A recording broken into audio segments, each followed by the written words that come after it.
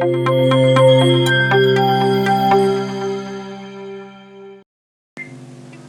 selamat pagi rekan-rekan mahasiswa. Salam sejahtera untuk kita semua.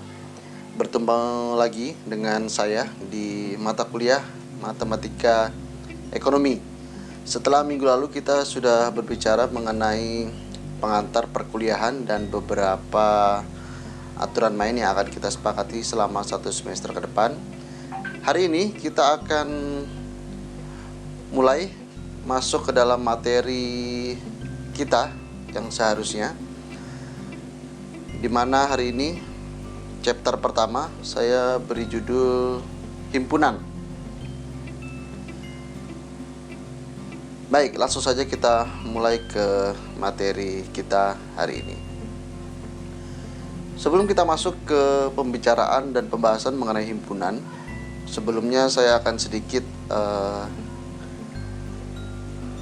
menjelaskan kepada Anda sekalian bahwa sebetulnya apa yang dimaksud dengan matematika ekonomi dan mengapa matematika ekonomi, di mana sebetulnya adalah dua bidang ilmu yang berbeda, ternyata kali ini kita harus mempelajarinya secara bersamaan, matematika ekonomi.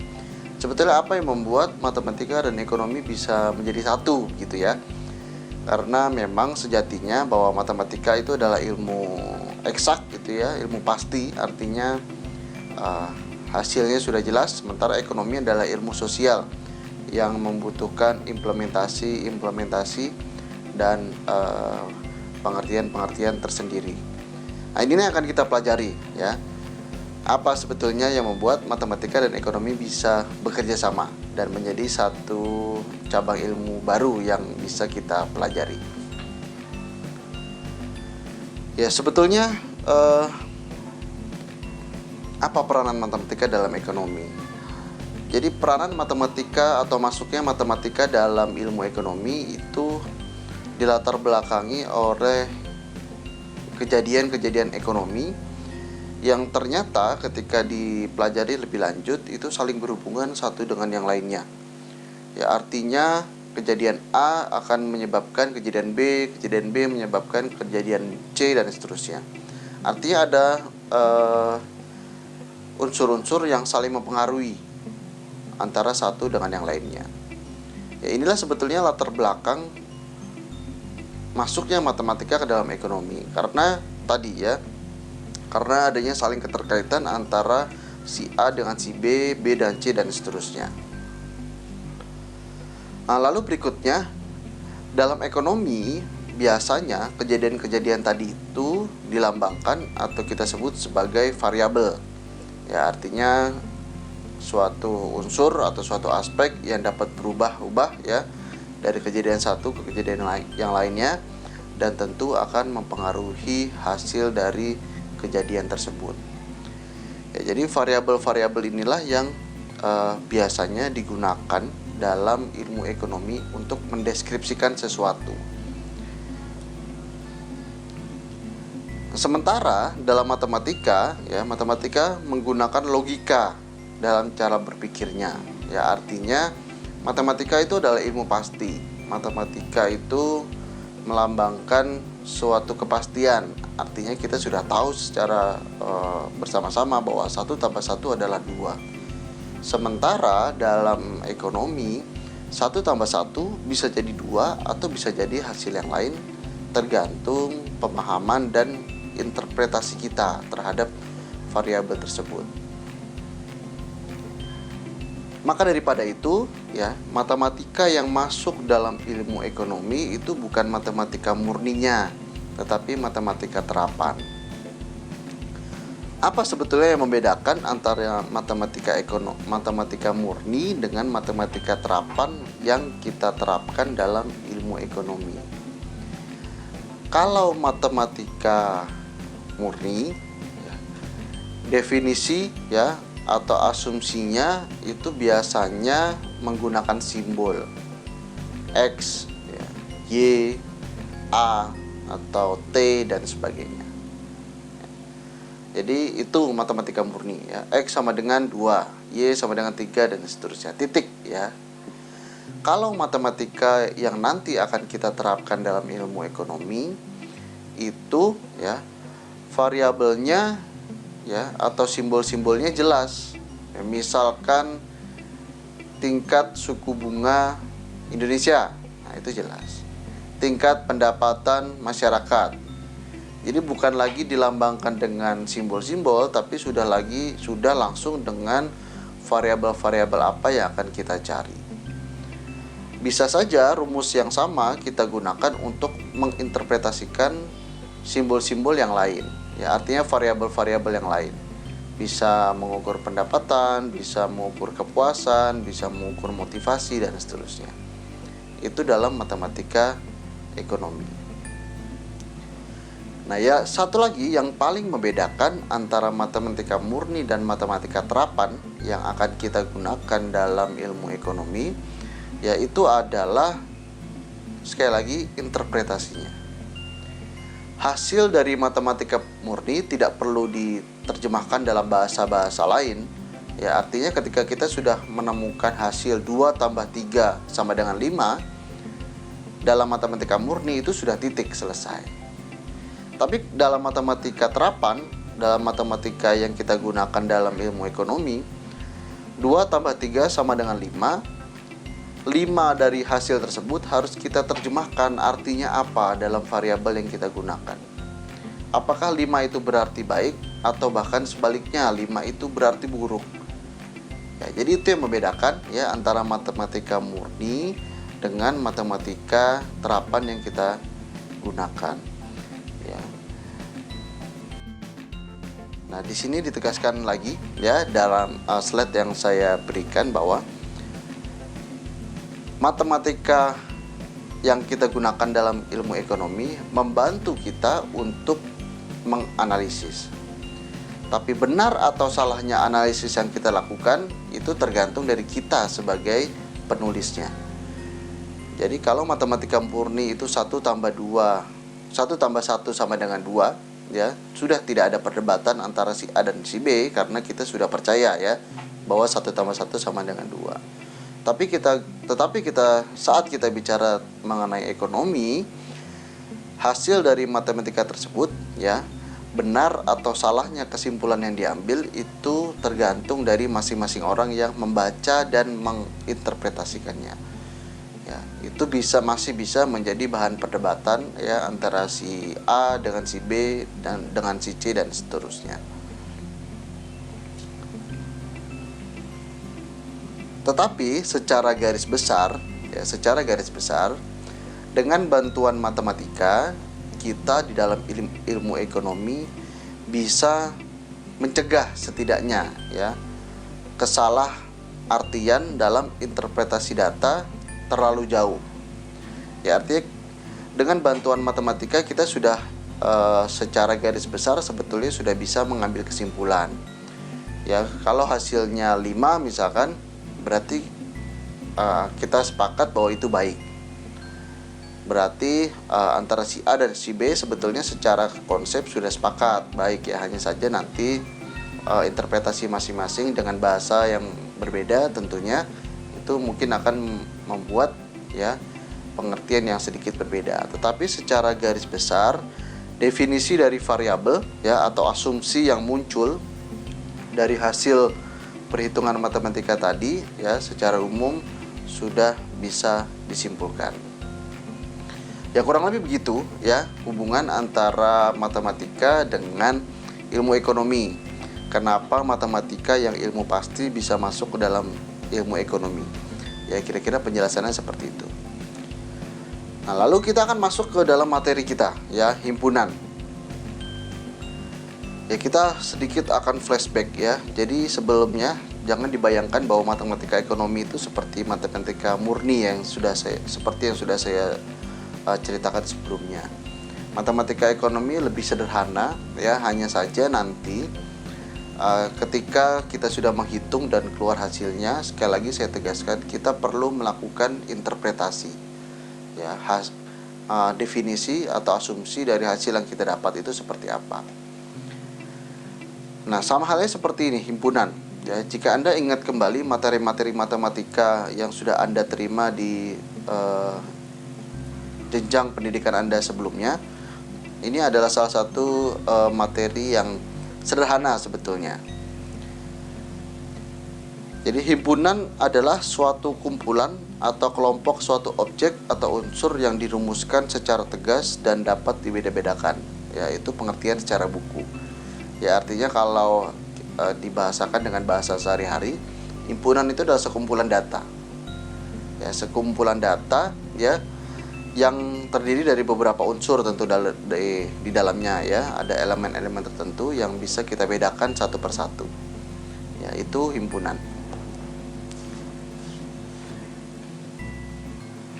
Langsung saja contohnya ya, kalau matematika itu lebih banyak contoh saja daripada pengertiannya. Contohnya saya menyebutkan ada suatu himpunan ya, 3 kota besar di Sumatera, yaitu Medan, Palembang, dan Pekanbaru. Ya, jadi ada suatu pernyataan bahwa suatu himpunan terdiri dari 3 kota besar di Sumatera, yaitu Medan, Palembang, dan Pekanbaru. Cara kita menuliskannya ya, cara kita menuliskan himpunannya adalah seperti contoh. K ya, sama dengan K itu adalah nama himpunannya, bebas, kita bisa pilih huruf apa saja ya. K sama dengan ya, buka kurung, Medan, Palembang, Pekanbaru, tutup kurung. Jadi cara penulisan himpunan seperti itu. Contoh lagi ya, suatu himpunan terdiri dari 3 ibu kota negara ASEAN, yaitu Jakarta, Kuala Lumpur, dan Bangkok. Maka kita menuliskannya I sama dengan buka kurung, Jakarta, Kuala Lumpur, Bangkok, kemudian tutup kurung. Atau lagi ya, suatu himpunan terdiri dari mata dadu, sebuah mata dari sebuah dadu yang memiliki mata dadu sebagai berikut 1, 2, 3, 4, 5, dan 6 ya. Maksudnya dadu itu kan matanya ada 1, 2, sampai 6 ya. Kita bisa simbolkan S sama dengan buka kurung 1, 2, 3, 4, 5, 6 tutup kurung ya. Tidak perlu pakai dan di akhir dari kata ya. Kalau dalam bahasa Indonesia itu pakai dan ya. Tapi kalau himpunan tidak perlu pakai dan, langsung saja tulis semuanya ya. Jadi kurang lebih seperti itu. Jadi kalau himpunan itu diawali dengan huruf besar ya, nama himpunannya, kemudian sama dengan diawali dengan buka kurung isi himpunannya, lalu tutup kurung terakhirnya. Lalu objek atau anggota-anggota himpunan ya, itu kita namakan sebagai unsur atau elemen ya. Jika Anda perhatikan dari tadi, saya sering sekali menyebut unsur-unsur himpunan. Itu artinya adalah anggota atau isi dari himpunan tersebut. Kita namakan sebagai dengan unsur atau elemen. Unsur atau elemen itu biasanya dilambangkan dengan huruf dengan simbol seperti huruf E ya, huruf E. Kita lihat contohnya. Saya ambil contoh yang tadi saja ya, supaya kita tidak terlalu banyak contoh. Suatu himpunan terdiri dari 3 kota besar di Sumatera, Medan, Palembang, dan Pekanbaru. Himpunannya ditulis K sama dengan buka kurung Medan, Palembang, Pekanbaru, lalu tutup kurung. Jadi ya, bisa disimpulkan bahwa Medan adalah unsur atau elemen dari himpunan K ya, karena Medan ada di dalam tadi himpunan K. Atau secara matematika kita bisa tulis bahwa Medan unsur ya, simbolnya seperti huruf E, K ya, itu dibaca Medan adalah elemen dari himpunan K ya. Sekali lagi saya tegaskan, jika unsur atau elemen itu simbolnya adalah seperti huruf E ya, seperti yang saya contohkan di dalam slide. Lalu berikutnya, bila terdapat unsur yang disebutkan ternyata bukan merupakan anggota himpunan, maka di dalam matematika dinyatakan dengan notasi E tetapi dicoret seperti tadi ya. Kalau himpunan tadi E biasa ya seperti huruf E. Kalau bukan merupakan himpunan itu seperti huruf E tadi tapi dicoret ya. Seperti contoh di dalam slide. Contoh sekali lagi ya. Tadi ada himpunan K ya, berunsurkan Medan, Palembang, dan Pekanbaru. Kalau disebutkan Jakarta ya, berarti Jakarta bukan unsur atau elemen dari himpunan K karena tidak ada tadi ya, hanya ada Medan, Palembang, dan Pekanbaru. Atau kita bisa tulis Jakarta ya, E tadi ya dicoret K. Ya, jadi seperti itu ya. Kalau bukan bagian dari himpunan tertentu ya, simbolnya E seperti E besar kemudian dicoret. Lalu berikutnya ya, suatu himpunan dengan tidak ada unsur atau elemen di dalamnya disebut himpunan kosong. Notasi dari himpunan kosong ya adalah situ ya, seperti 0 tetapi dicoret. Kalau E dicoret tadi bukan merupakan himpunan, kalau 0 dicoret itu merupakan himpunan kosong. Seperti apa himpunan kosong? Ya, contohnya seperti ini. Suatu himpunan terdiri dari angka ganjil yang habis dibagi 2. Maka disimbolkan P sama dengan tadi ya, himpunan kosong atau 0 dicoret. Kenapa dinamakan himpunan kosong? Karena ya, tidak akan ada pernah angka ganjil yang habis dibagi 2 ya, kita tidak akan pernah menemukan ya angka ganjil yang habis dibagi 2, yaitu dinamakan himpunan kosong. Tidak akan pernah ada unsur atau elemen di dalamnya. Nah, itu merupakan 3 contoh penulisan himpunan ya. Ada himpunan, bukan himpunan, dan yang terakhir adalah himpunan kosong ya. Diperhatikan dengan baik dan jangan sampai tertukar nanti. Lalu dalam penulisan himpunan itu juga bermacam-macam ya tekniknya. Di sini saya menyebutkan ada 2 cara dalam menuliskan suatu himpunan. Kita bahas satu persatu. Yang pertama adalah cara daftar atau raster method. Cara daftar itu artinya semua unsur atau elemen-elemen yang terdapat di dalam himpunan tersebut semuanya ditulis tanpa terkecuali. Contohnya, suatu himpunan S terdiri dari bilangan 1 sampai 10. Ya, himpunan S terdiri dari bilangan 1 sampai 10. Maka kalau kita menggunakan cara daftar ya, bilangan 1 sampai 10 tadi kita tulis semua.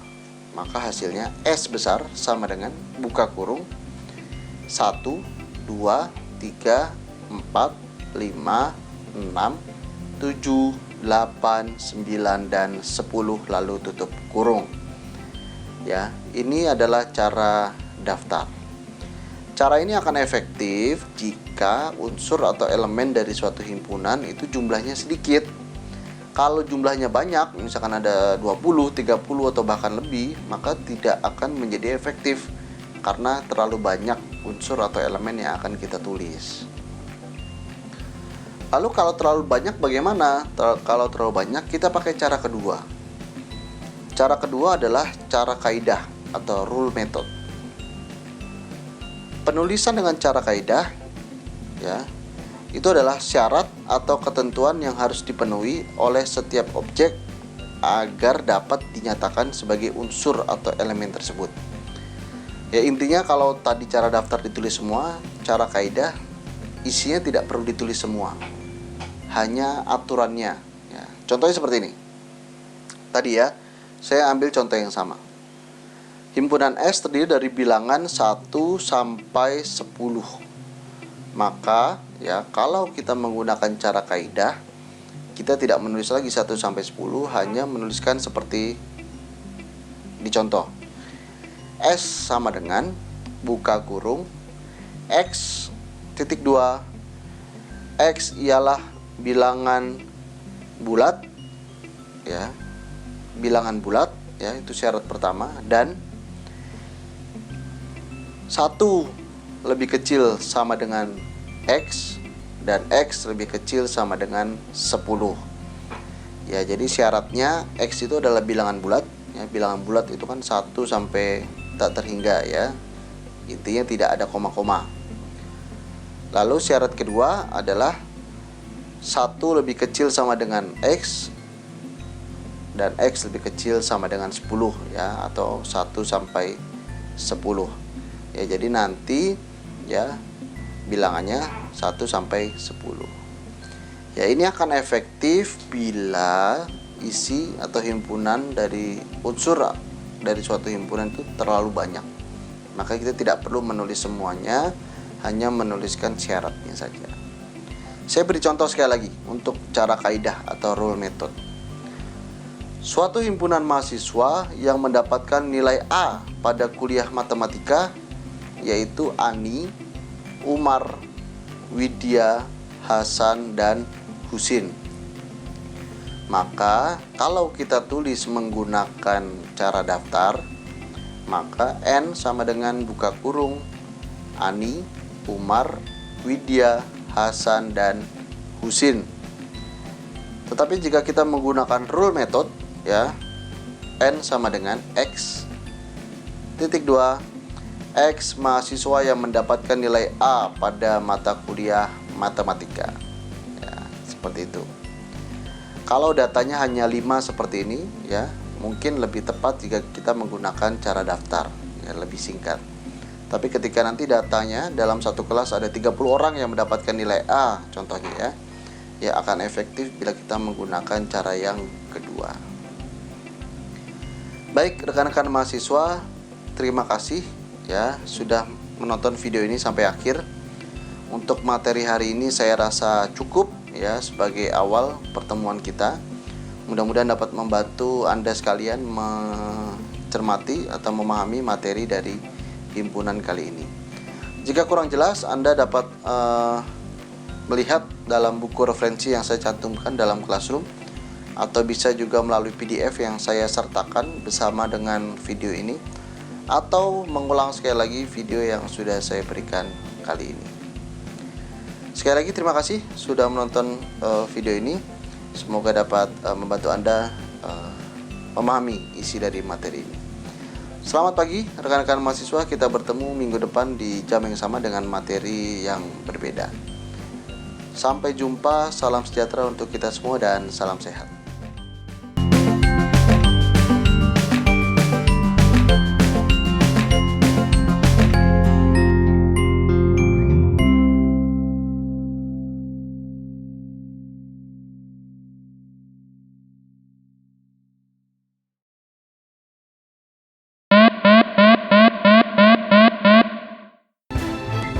Baik rekan mahasiswa, setelah ini akan ada kuis yang harus Anda kerjakan. Silahkan dikerjakan, bisa menggunakan tulis tangan, kemudian difoto dan diupload melalui Google Classroom, atau menggunakan komputer, lalu Anda ubah menjadi PDF dan kemudian Anda upload dalam Google Classroom. Waktu Anda hanya akan sampai pukul 9.30 pagi ini. Setelah lewat dari itu, saya anggap Anda tidak mengerjakan tugas tersebut. Baik, selamat mengerjakan, semoga sukses dan selamat pagi.